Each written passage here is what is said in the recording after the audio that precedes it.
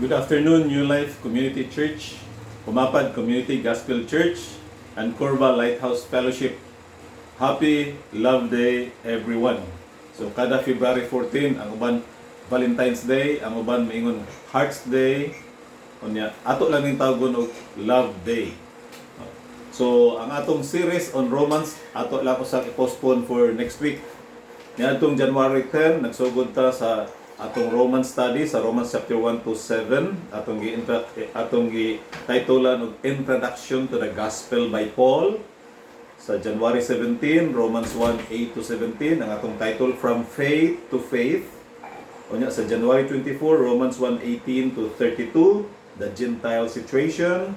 January 31, Romans 2 chapter 1 to 16, ang title Judgment for the Self-Righteous.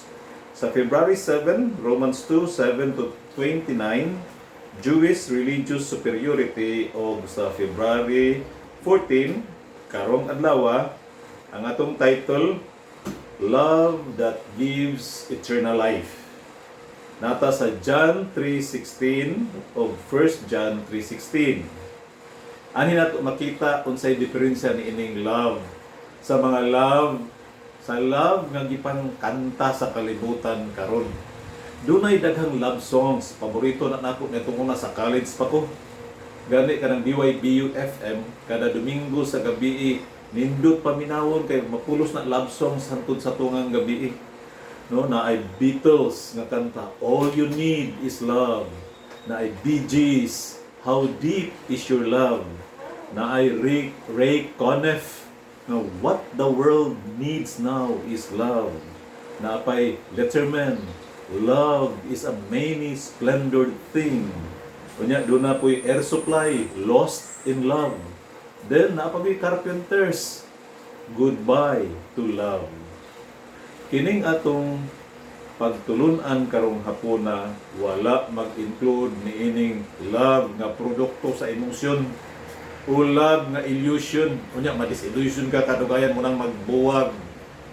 Kini nga to love that is a choice. Love that is a decision.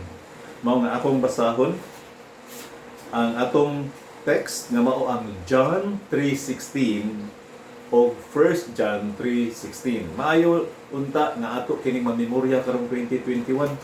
Siguro for the past 10 years or 5 years na kay John 3:16, Juan 3:16. Karon akong challenge ato pong i-appeal o memorize ang 1 John 3:16. 1 Juan 3:16. So akong basahon ang John 3:16.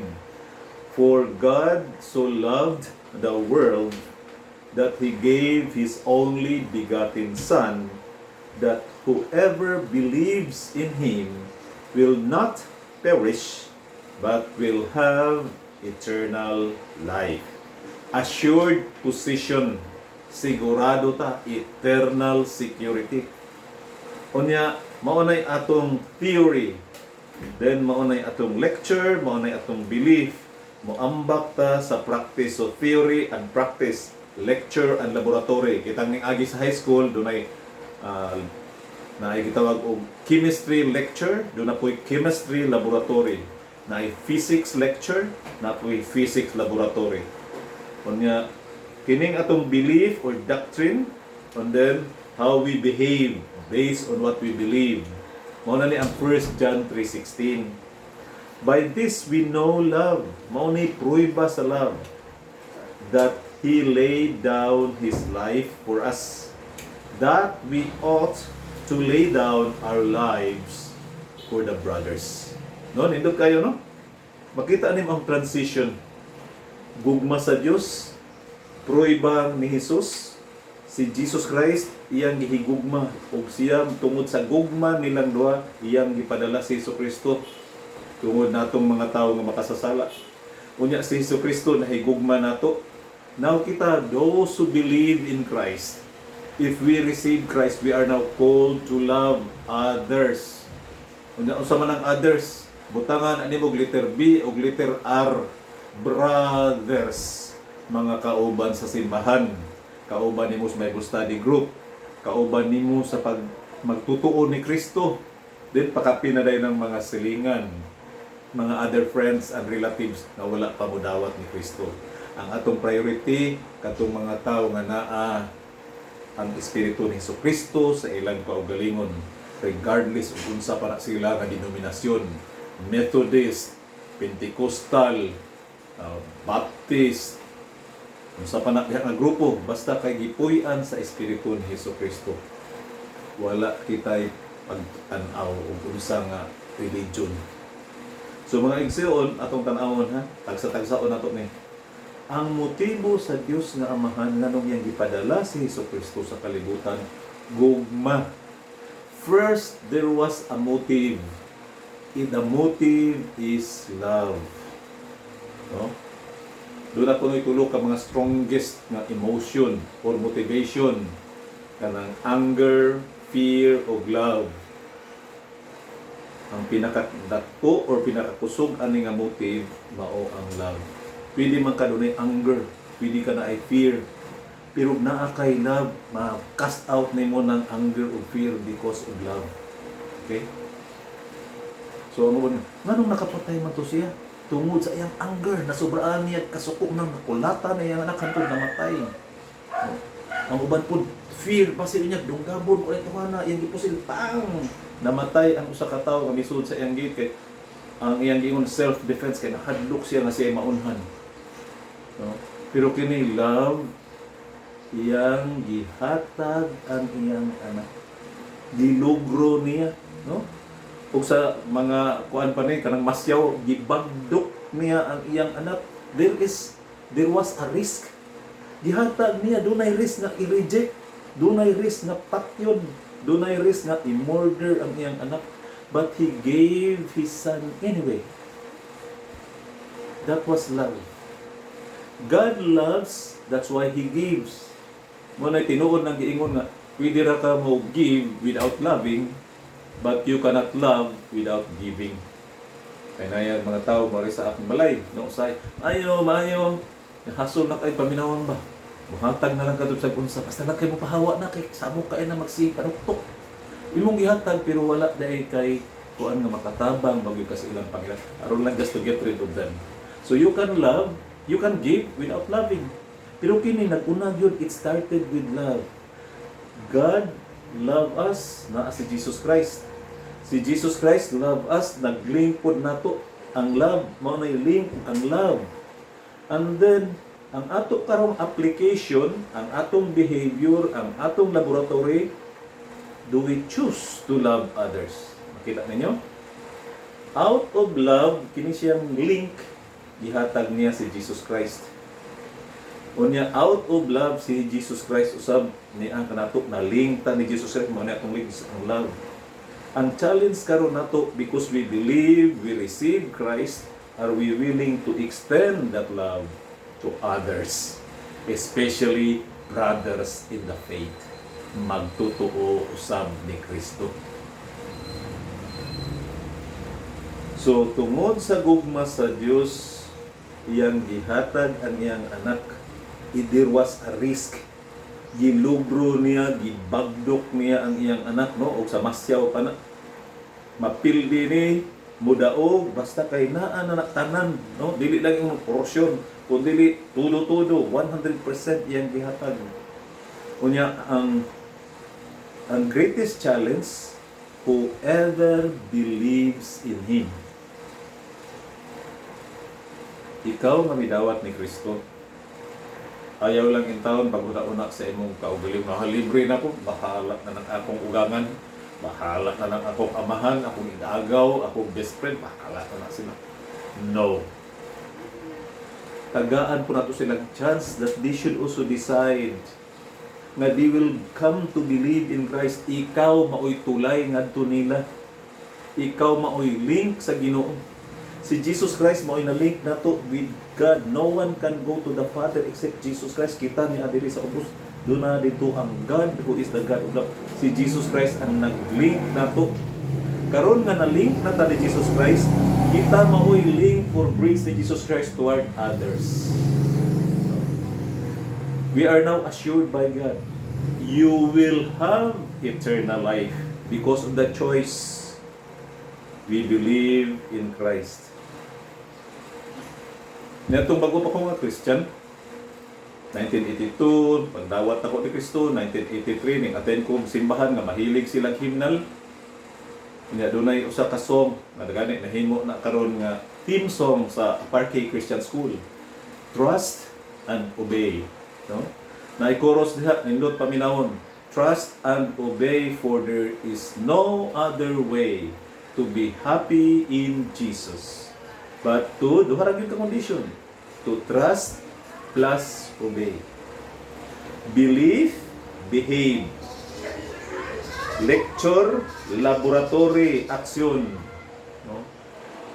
Na ay doctrine, na apoy practice. Information, na ay application. Dili lang inform. Unya inig mapuno ng ulo, buburot na ang garbo. Knowledge puff up. Kinahanglan unsay musud sa dunggan, unsay musud sa utok mo ari sa kasing-kasing. Gikan sa kasing-kasing i-marinate sa gugma aron mo gawas sa atong mga kamot ug mga tiil ug mga dila. Gugma na in application may kinahanglan mga igsuon. Kung gusto ta nga mausab ang atong mga pamilya ug atong neighborhood ug ang atong community, mao kanay challenge. Nagpagamit baka sa Dios. Are you willing to extend that love to others? No? Nindot kayo ning iyang challenge diri. By this we know love. 1 John 3:16. Love gihapon. He laid down his life, no? Gilugro ni Hesukristo ang iyang anak for us, para mato si kinsa man in taon ko nga pakamatyan ni Hesukristo. No? Who am I? Ang mga anak sa presidente di magani magpakamatay nato. Kanang anak ni Cory Aquino, anak ni Duterte, anak ni Gwen Garcia di magani magpakamatay nimo. Anak mismo sa God, the Father, the God of this whole universe who created the heavens and the earth, both the visible and the invisible, nagpakamatay for us, no? And we ought, doon na tayo utang na we should also lay down our lives for the brothers. Kini strong na terms na ni nga, kinahanglan ikaw mo serbisyo, imo kong ihatag ang imong kinabuhi para sa imong mga kaigsuonan. Mo ni greatest test of love. God so loved the world that He gave up His Son. No? Kunya mingos Jesus Christ, I am the good shepherd. I am willing to die for the sake of my sheep. No love is greater than the one who will lay down his life for the others. And this calls for service. Gibutang na lang ni sa extreme, kinan mo, wag tangan kag kinabuhi aron ang uban mabuhi, no? Mao ni implication. I mean, bisan makita nimo sa usa ka inahan, nagliso na ginhawa ang inahan, kinahanglan gyud mataw ang anak. There should be a living birth, aron dunay di lang ingon adunay birth certificate nga living certificate of live birth. Girisgo niya ang iyang kinabuhi, nag-anto siya sa kasakit sa tiyan, sige punto dito hangtod mo gawas ang bata. Siya nagsakripisyo aron lang gyud dunay kinabuhi nga mo gawas sa iyang lawas. Kana dili pagari na equivalent ug unsa gyud nang gitawag og kanang the love of God. Kaya that is motherly love. That is human love. Daw nga igsuon ang atong challenge karon. Akong i-cross-reference ang atong application sa 1 John 3:16, sa 2 Corinthians 5:15, no? It's still a sacrificial love. Mao ni ato karon dili ni pareha sa mga love songs na romantic love, mga emotional love. This is a tough love. Love that is a decision. A love that is by choice. Gipili, even if that person is unloving, ungrateful, bastardo, you are commanded to love. Lisod ba yan natin? So, I really agree. Lisod na But naan na to ang Espiritu Santo. Okay? So akong i-relate sa i-cross-reference 1 Corinthians 5:15, He died for all, for those who live, that those who live might no longer live for themselves, but for Him, who for their sake died and was raised. Yeah, 1 Thessalonians 5:9 ug 10. For God has not destined us for wrath. Di na ta maimperno, no? Mao ni atong eternal security. But to obtain salvation through our Lord Jesus Christ. Verse 10. Who died for us, so that whether we are awake or asleep, metaphor kini nga whether we are alive or dead, we might live with Him. No? This is our abiding, our eternal assurance.